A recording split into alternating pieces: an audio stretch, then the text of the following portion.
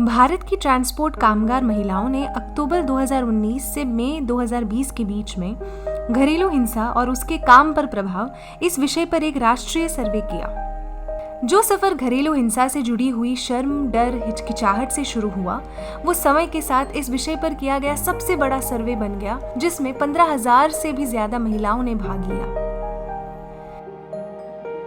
कौटुंबिक हिंसाचार का सर्वे करना बहुत ही जरूरी था और भारत में तो बहुत ज्यादा जरूरी है। जब हम देखते हैं भारत में कई सारी महिलाएं आज काम के लिए घर के बाहर निकल चुकी हैं और जब हम इनसे बातचीत करते हैं तब हमें पता चलता है कि इनमें से कई महिलाओं के साथ कौटुंबिक हिंसाचार होता है, लेकिन हिंसाचार होने के बावजूद भी ये महिलाएं बात नहीं करना चाहती है।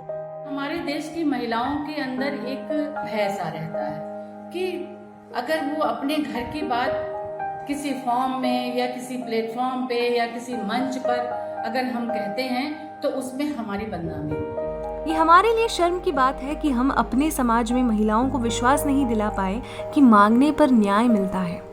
समाज अक्सर घरेलू हिंसा से पीड़ित महिलाओं को ही दोष देता है, इसलिए महिला चुपचाप खुद को दोषी मानकर ये हिंसा सहती है।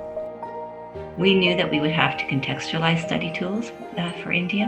So the way we went about that was to provide the Women's Committee at ITF with a set of core questions. So through a process of consultation, first my research center with the ITF Women's Committee, and then the Women's Committee with women unionists in India, we were able to come up with a set of questions that are really very specific to the Indian context. घरेलू हिंसा काफी संवेदनशील मुद्दा है, इसलिए जरूरी था कि सही अप्रोच के साथ हम स्टडी के लिए लोगों तक पहुंचे। महिला एडवोकेट्स ने दिसंबर 2019 में ट्रेनिंग लेने के बाद अपनी टीम्स को ट्रेन किया। सर्वे की वजह से 9,000 से ज्यादा महिलाओं के साथ इस विषय पर ट्रेनिंग की गई। हमने 24 जोन के विमेन लीडर्स को इकट्ठा किया और उनको ट्रेनिंग दिया और उनको समझाया कि ये सर्वे में क्या बेनिफिट्स है, ये सर्वे हम क्यों कर रहे हैं। हम उनके द्वारा, वो लीडर्स के द्वारा हर डिवीजन के महिला से हम रीच कर पाए। इस वजह से हर महिला को लगा कि ये सर्वे इम्पोर्टेंट है। विमेन एडवोकेट्स काफ़ी सारे हम मिलके इस मुद्दे पे काम किए। बहुत खुशी से बहुत मेहनत लगाए हम लोग इस काम पे। हम मतलब हर एक विमेन के अंदर एक रिलेशनशिप, पॉजिटिव एनर्जी, एक रिलेशनशिप बन गया था कि ये मुद्दे पे काम करना। महिलाओं की चुप्पी इस सर्वे के लिए सबसे बड़ी चुनौती थी, मगर वो इकलौती चुनौती नहीं थी। बहुत सारी महिलाओं के पास स्मार्टफोन नहीं थे और कई सारी महिलाओं को ऑनलाइन फॉर्म कैसे भरना ये भी पता नहीं था। ये बहुत सारे चैलेंजेस हमारे सामने थे। घर के काम में और ऑफिस के काम में इतनी बिजी होती हैं कि उनके साथ क्या क्या उनके ऊपर बीत रही है वो पहली बार वो समझ नहीं पाती हैं, और जो समझती हैं तो कहना नहीं चाहती हैं। ये चैलेंजेस को हमने अपॉर्चुनिटी में बदल दिया।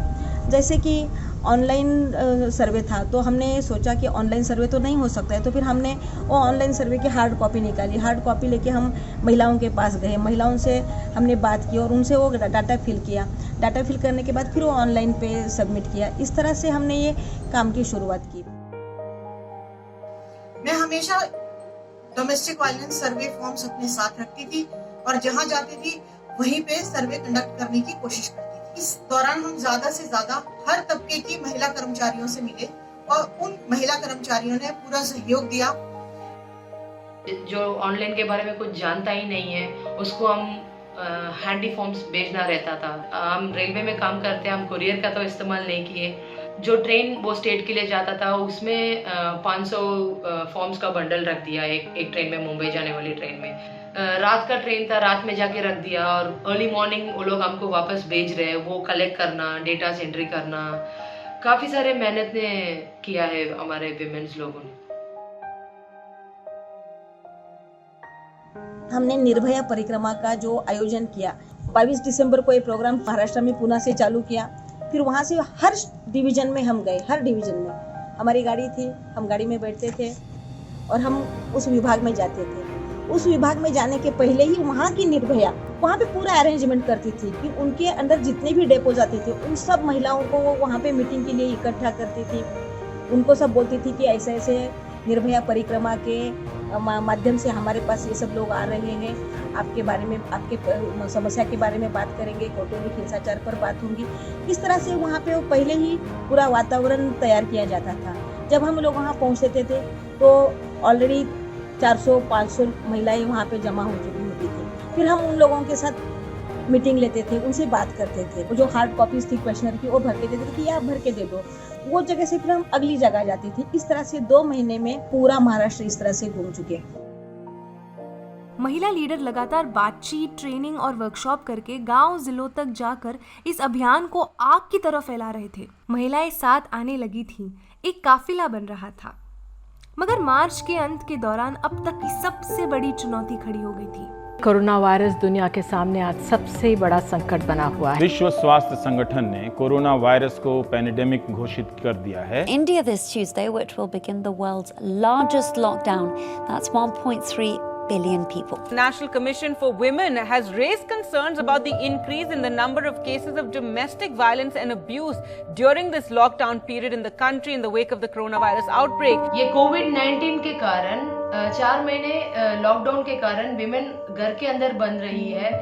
उसके कारण जो महिला के साथ अत्याचार नहीं हो रहा है वो भी अभी अत्याचार सह रही है। लेकिन जाने अनजाने में हमें लगता है कि हम काम पहले ही शुरू कर चुके थे।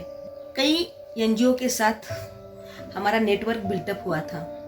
इसीलिए कोविड-19 में जब कौटुंबिक हिंसाचार की घटनाएं घटने लगी और हमें महिलाओं के कॉल आने लगे, फ़ोन करने लगे, तो हम उनको काफ़ी मदद कर पाए क्योंकि हमारा नेटवर्क बहुत ही स्ट्रांग था। काफ़ी महिलाओं के मेरे पास फ़ोन पर फ़ोन आने लगे और सारी महिलाएं मुझसे मदद मांगने लगी। यह सब इसीलिए संभव हो पाया क्योंकि सर्वे में सबसे मेरी पहचान बन चुकी थी। ये जो डोमेस्टिक वायलेंस सर्वे है सभी महिला को लाइफ चेंजिंग एक्सपीरियंस रहा है। काफ़ी सारे महिला को समझ में आ रहा है कि ये जो डोमेस्टिक वायलेंस जो है वो प्राइवेट इशू नहीं है, वो उनकी गलती नहीं है, ना ही वो डिजर्व करती है। I'm in complete awe of the women who made this study happen in India. We've done similar studies in Australia, New Zealand, North America, Europe, and Asia. But this is by far the largest study with over 15,000 respondents. What India lacked in material resources, women more than made up for that with their commitment and their heart. आज भी कई सारी महिलाएं कौटुंबिक हिंसाचार से पीड़ित है। उनको इससे हमको एक हेल्दी एटमॉस्फेयर देने का है, माइंड सेटअप चेंज करने का है, कानून बदलने के लिए हमको कोशिश करने की है। बहुत सारे चैलेंजेस है लेकिन इसके लिए हमको मिल के लड़ना है और मुझे लगता है कि हम सब एक जगह पे आएंगे और हम अच्छी तरह से काम करेंगे तो निश्चित एक दिन हमारा होगा, ये मैं विश्वास के साथ।